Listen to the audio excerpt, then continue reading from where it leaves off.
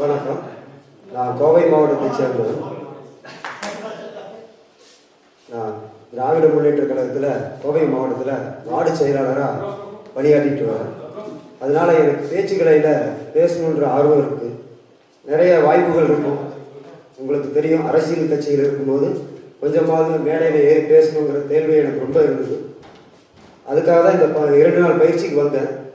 இந்த 2 நாள் பயிற்சியில் முதல்ல நம்ம ஸ்டேஜில் ஏறி பேசுறதுக்கான பயத்தை போக்கி, இந்த மைக்கை எப்படி பிடிக்கணுங்கிறத சொல்லி கொடுத்து, நீங்கள் ஒரு இடத்துல ஒரு மேடையில் பேசணும்னா முதல்ல எப்படி ஆரம்பிக்கணும், அதை எப்படி கடைசியில் முடிக்கணும், பார்வையாளர்களை எப்படி அணுகணும், நீங்கள் எப்படி பேசுனா மக்களை கவருவீங்க அப்படிங்கிற இந்த 2 நாளும் முழுக்க பேச்சுக்கலையில் எனக்கு நிறைய பயிற்சிகள் கொடுத்தாங்க.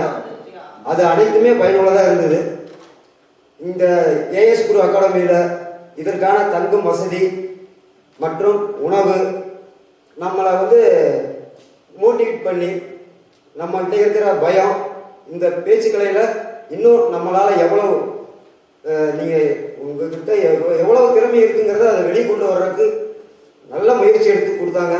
அதுக்கான பயிற்சிகளும் 2 நாளுமே ஒரு அரை மணி நேரம் ஒவ்வொரு பயிற்சியிலையுமே என்னை வளர்த்துக்கிறதுக்கு மிக பயனுள்ளதாக இருந்துச்சு.